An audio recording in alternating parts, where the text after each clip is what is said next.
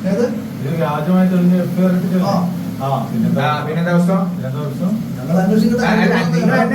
ഞങ്ങളൊരു പരാതി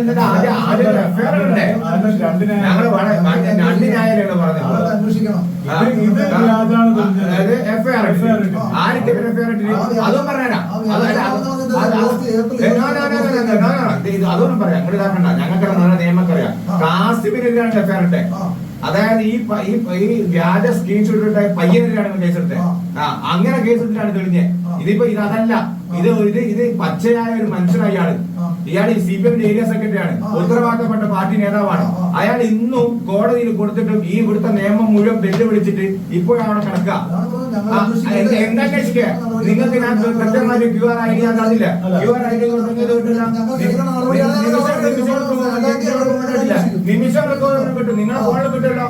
നിങ്ങളെ ഫോണിൽ കിട്ടുമല്ലോ അങ്ങനെ ഒന്നും പോയി ഞങ്ങളിപ്പം വരുന്നതിന് മുന്നേ ഒരു ചെറിയൊരു പെൺകുട്ടിനെ അടിച്ചിട്ട് ലെവലാക്കിട്ട് ആ കേസ് നിങ്ങൾ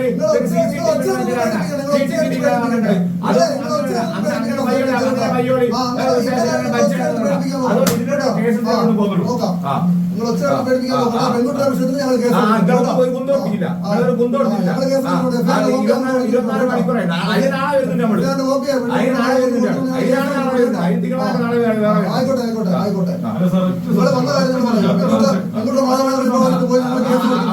പരാതി പറഞ്ഞു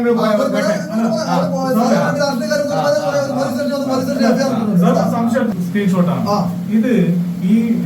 ഫാബ്രിക്കേറ്റ് ചെയ്തവരുടെ പേര് എഴുതി ചേർത്തിട്ട് അയാൾക്കെതിരെ കേസ് എടുത്തതിന് ശേഷം എഫ്ഐആർ ഇട്ടതിന് ശേഷമാണ് ഇതെന്താണ് തെളിഞ്ഞത് ഇത് ഫാബ്രിക്കേറ്റ് സാറാണ് തെളിഞ്ഞത് അതേപോലെ തന്നെ ഈ ഷിബു എന്ന് പറയുന്ന സാറിന്റെ വാദം ഇത് ഫാബ്രിക്കേറ്റഡ് ആണോ ഒറിജിനൽ ആണോ സാർ അറിയില്ല എന്ന സാറിന്റെ വാദം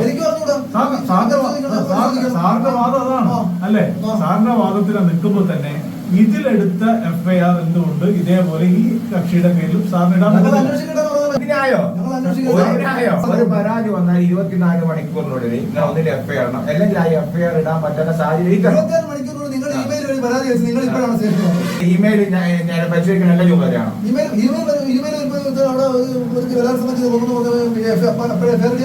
നല്ല ന്യായങ്ങളും പറഞ്ഞെടുക്കുന്നത് നല്ല അടിപൊളി ന്യായ അതായത് 24 ഞാനൊരു ഇമെയിൽ ഒരു പരാതി ഇമെയിൽ എന്തിനാ എന്നെ വിളിച്ച് ഞാൻ അങ്ങോട്ട് ബന്ധപ്പെടാണ്ട് ആദ്യം